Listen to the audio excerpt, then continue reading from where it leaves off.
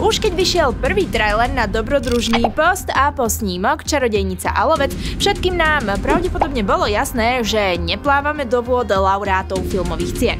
Ja však hovorím, že nie nad kvalitnú béčkovú produkciu a preto som filmu dávala do poslednej chvíle šancu.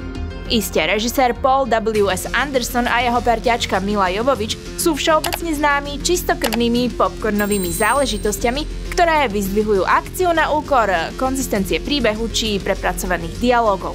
Na druhej strane sa môžeme spoľahnúť, že uvidíme šťavnatú režbu, kreatívne smrte a celku zaujímavé zasadenie. I don't have many friends. Me neither. Aj v tomto prípade teda Anderson zostal verný svojmu rukopisu vizuálne preštilizovaného akčného titulu s minimálnou naratívnou hĺbkou, ale schopnosťou ponúknuť nenáročnú zábavu. Moje očakávania sa pohybovali niekde medzi Resident Evil odveta a Monster Hunter, pričom sa zdalo, že keď je laťka tak nízko, nedá sa podliesť. Nuž, omyl. V prvom rade treba povedať, že dej vychádza z rovnomennej poviedky slávneho spisovateľa, autora Hry o tróny Georgea R.R. Martina. Poviedka s názvom In the Lost Lands má mýticko-legendárny nádych temnej fantasy s prvkami magického fatalizmu.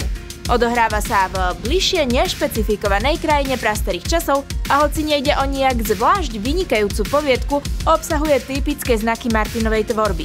Cynizmus, neodvratnosť osudu, tragédiu i hlbokú ľudskú emocionalitu. Vždy, keď však majú Andersonové projekty jasnú, jednoznačnú predlohu, vznikne z toho poväčšinou zábavný kočkopes. George was involved in the whole creative process we shared in the scripts, but the most nervous I've ever been in my entire career was flying into Santa Fe to show George the finished movie.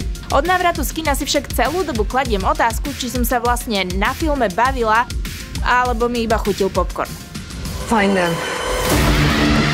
Outside these walls, laws of nature, they don't apply. Scenarista Konstantin Werner dej príbehu preniesol do dystopickej budúcnosti, ktorej vládnu sebeckí vládci a krutá gestapácka odroda cirkvi. Ľudstvo sa utieká zrejme v jedinom relatívne civilizovanom meste, pretože všade okolo sa rozprestierajú pustiny plné rôznych mýtických monštier a iného nebezpečenstva. Za hradbami mesta žije istá čarodejnica menom Grey Alice, ktorá je zviazaná kliatbou splniť každú žiadosť, ktorú dostane. Jedného dňa ju tak navštíví samotná kráľovná a chce, aby pre ňu Alice získala tajomstvo vlkodlačej premeny. Čarodejnica si teda najmä ostrieľaného lovca Boysa, ktorý sa vyzná v divočine a spolu s ním sa vydáva na výpravu do pustí. Zápletka si teda z predlohy berie len základný námet a zvyšok prispôsobuje pre masové publikum. We tried our best to keep that core story alive while surrounding it with a very unique landscape that hasn't really been seen before. V zásade by som nemala nič proti tomu, ak by štýlový nápad nezostal nevyužitý. To, že postavy sú ploché a archetypálne, sme čakali. Naivné klišé dialógy, nejasné motivácie, logické diery a celková plytkosť rozprávania je niečo, s čím v B-čkovo-C-čkových vodách musíme počítať. Tvorcovia však evidentne rezignovali na budovanie akejkoľvek atmosféry a všetko stavili na jednu kartu, ktorou je enormne štilizovaná akcia. A to by opäť až tak nevadilo, ak by išlo o nabúšenú guilty pleasure podívanú, lenže ono je to vlastne dosť predvídateľné a zabudnuteľné. He really felt that we had captured his voice better than anybody else had. And so he's very, very happy with the adaptation. Bojová choreografia i dramatické akrobatické kúsky sú na dnešné pomery opozerané a vyčerpané. V kine mi neustále na myseľ prichádzalo staršie, veľmi podobné akčné sci-fi s názvom Kazateľ.